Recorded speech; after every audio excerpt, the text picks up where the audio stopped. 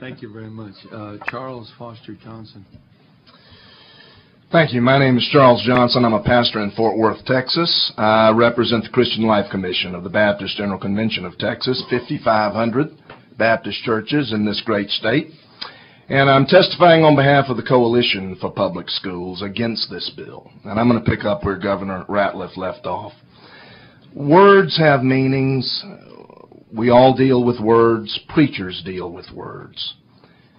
And the Coalition doesn't care whether you call this a voucher or a tuition tax credit. The Christian Life Commission sees this as a voucher. It is a reduction in the public revenues. It is money that would not otherwise be given. It is a diversion of those public funds to private schools. Accountability, proper accountability and oversight will not follow those dollars if we respect the integrity of the schools, parochial schools, so beautifully represented here this morning. And I'm glad those bishops aren't sitting behind me now, or I would be intimidated. But my chief objection to this bill, Senator Patrick, is church-state separation. Anytime public entities, public dollars support religious education, a violation of the First Amendment is going to follow. Religion is completely voluntary. As a Baptist, I believe that. It must always be voluntary. And this state has no right to establish or advance any religious cause. It is not the proper authority of this state or any state. And I strenuously oppose this bill on those grounds and am open for questions. Mr. Chair, if I may. Reverend Johnson, in the 5,500 churches in your organization, how many of those are affiliated with or run schools?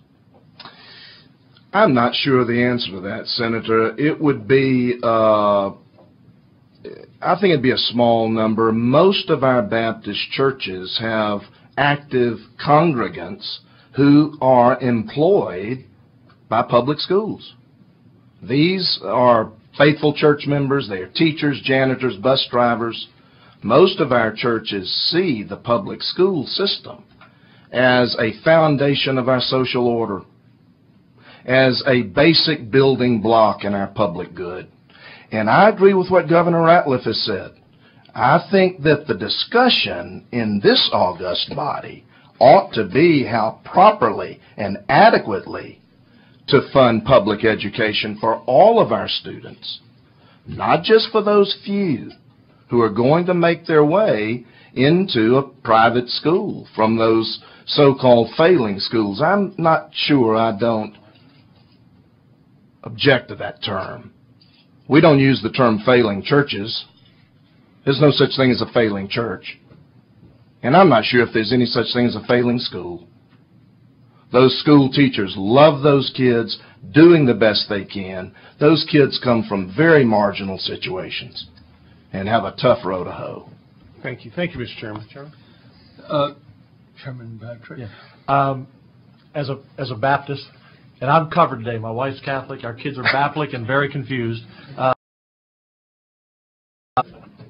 I don't know that all Baptists would share your point of view. We do have, sadly, we do have failing schools, and we do have courageous teachers that are trying their best. But we do have students that can't read at grade level, as you've heard before, and we do have a 20% of dropouts. So we do have failing schools, and so I appreciate your testimony.